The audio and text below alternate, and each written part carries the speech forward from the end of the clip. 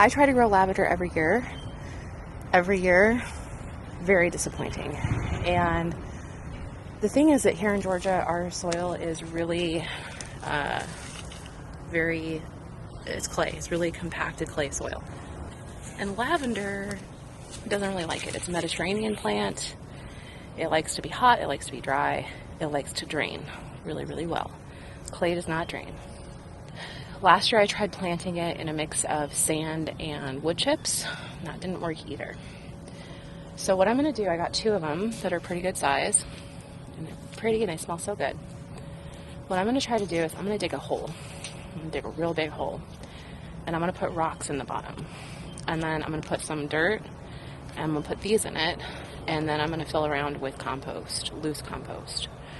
And we'll see if they thrive, if I basically completely change the environment around them.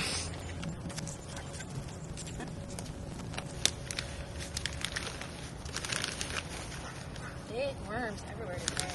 It's a good sign.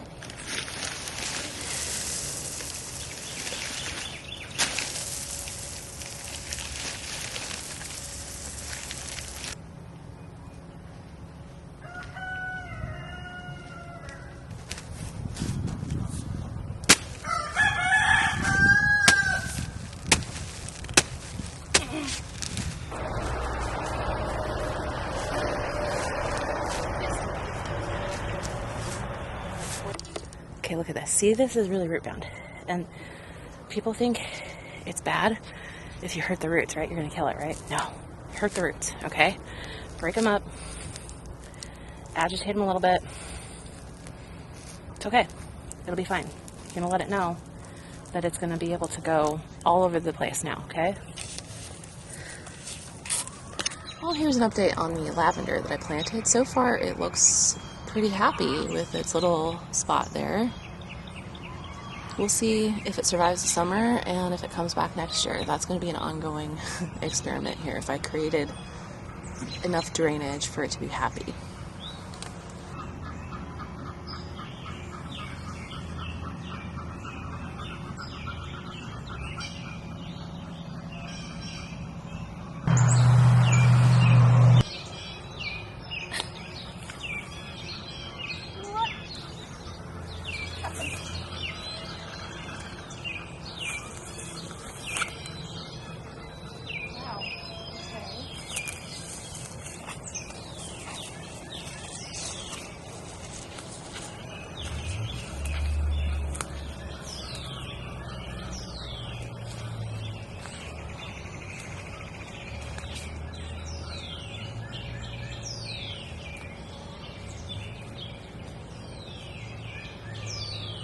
I would like to spend an hour out here every morning, starting today, because it's going to be hot really soon.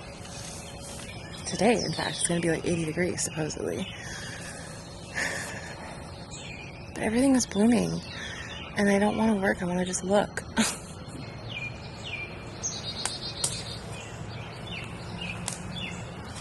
So this is my snowball hydrangea that I don't know how old it is. It was here when I bought the house, and it's really old, I think, and big. And it just split, and this part in front here fell down. It's still attached. I'm thinking if I can get some rope around it, maybe?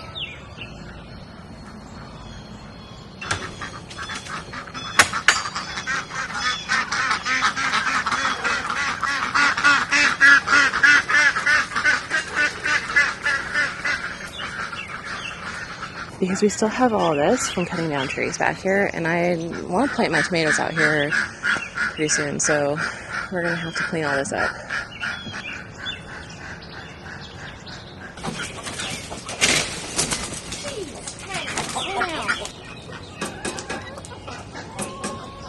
Maybe if you just peck it a little bit harder.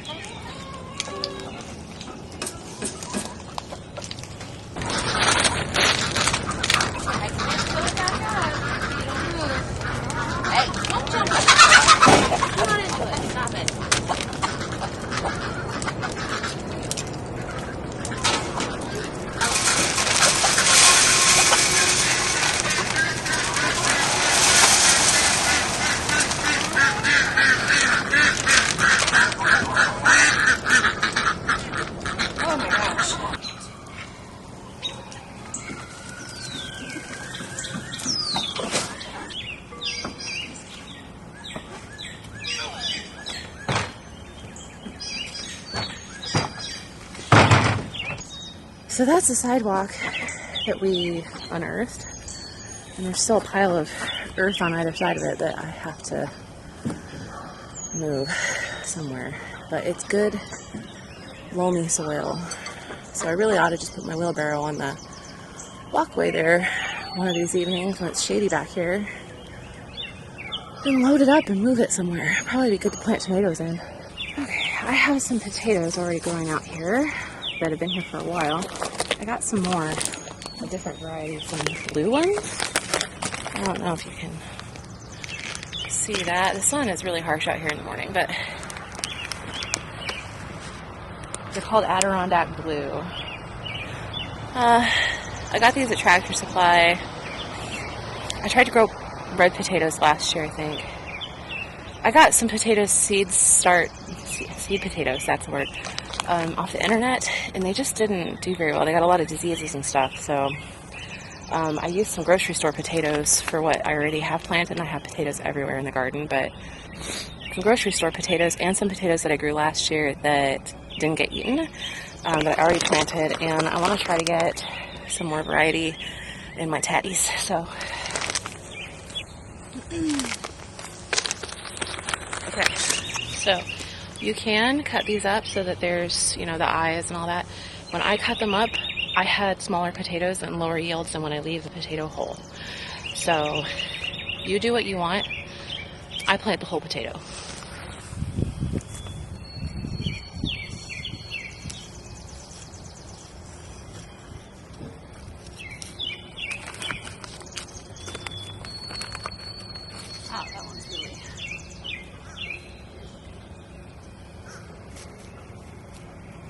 I had some onions in there. They didn't do a whole lot. All my other onions did fine. I don't know why those ones didn't. And yes, I have a daffodil in there with my onions. If you can't tell the difference, then you have no business growing food. But I'm going to throw the rest of these potatoes in there.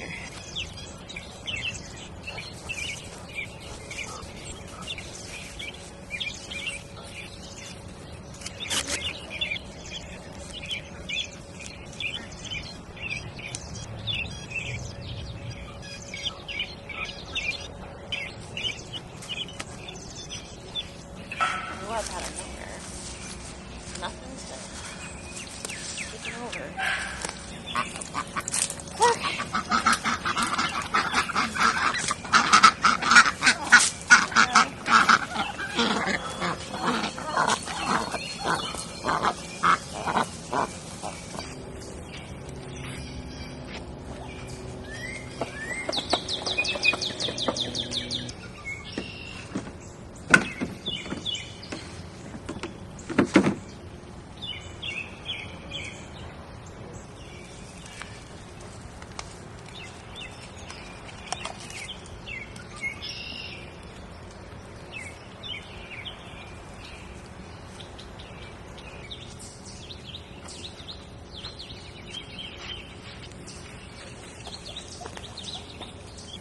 I think we're done with the really cold nights, so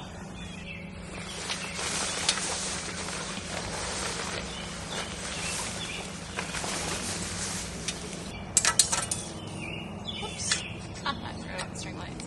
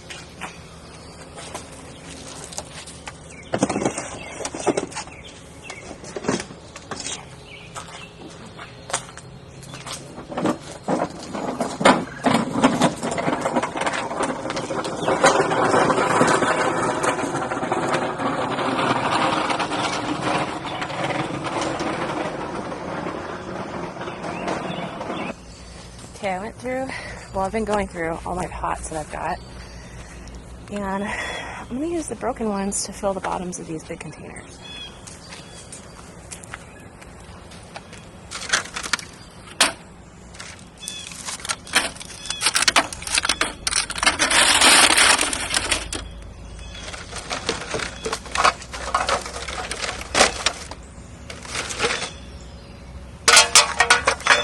You can have cans in there too.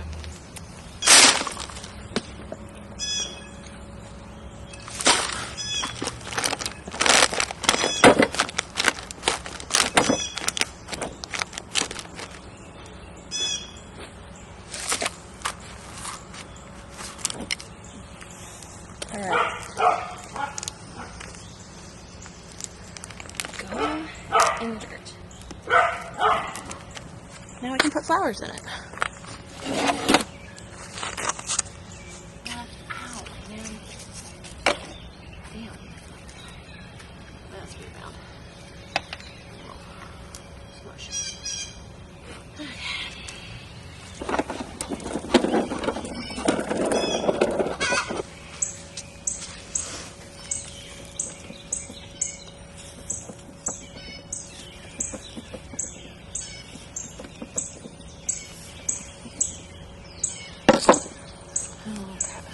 I have a Russell lupine.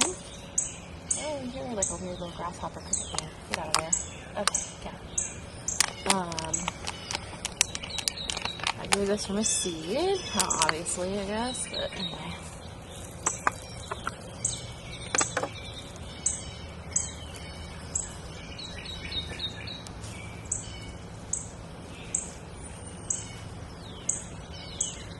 Six and 7. This pot's gonna get crowded.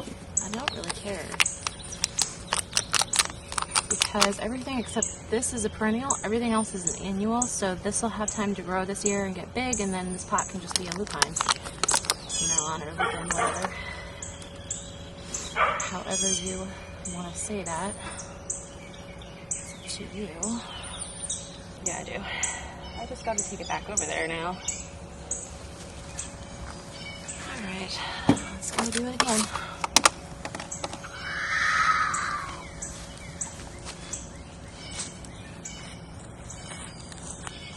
So I have been keeping an eye on this area of the garden today to see how much light is over here. God, that bird's annoying.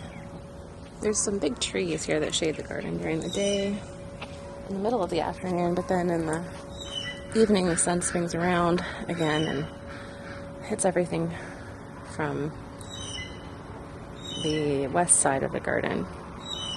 So there were 4 like that before. One fell down and it took out another one and half of another one. So I guess there was actually 5. It's kind of hard to tell. Yeah, but there used to be 5 of those big trees when I bought this place, and so this whole area back here was always in deep shade. But yeah, one of them fell down last spring around this time and wiped out one whole other one and half of another one, knocked the top right out of the last one. So there's a nice open spot here, and that tree stump behind the hoop there was a Bradford pear tree. Bradford pear trees are super invasive in the United States. They planted a whole bunch of them for landscaping purposes in the 30 or 40 years ago. So in the 70s, 80s, 90s, they were a really popular thing because they kind of have a lollipop shape if you prune them, and they bloom these really pretty white flowers in the springtime. They're really beautiful, but they smell terrible.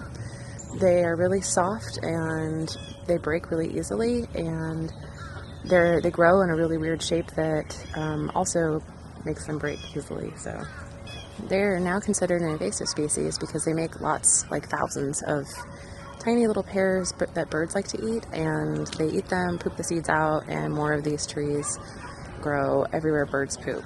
And there are at least 3 on my property. We cut down one, and that is my food forest.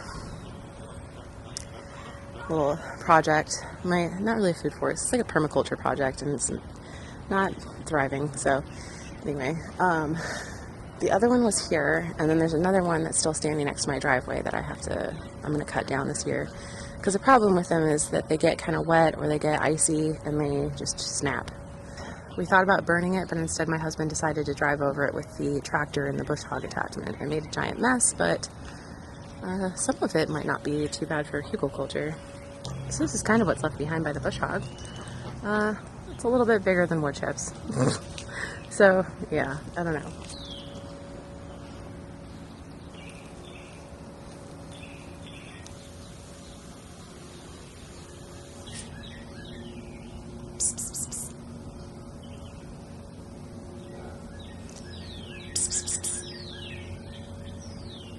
That's Carlos. He was my neighbor's rooster, but he came over here because there were all these girls over here and not enough girls at my neighbor's house, so I have a rooster named Carlos now.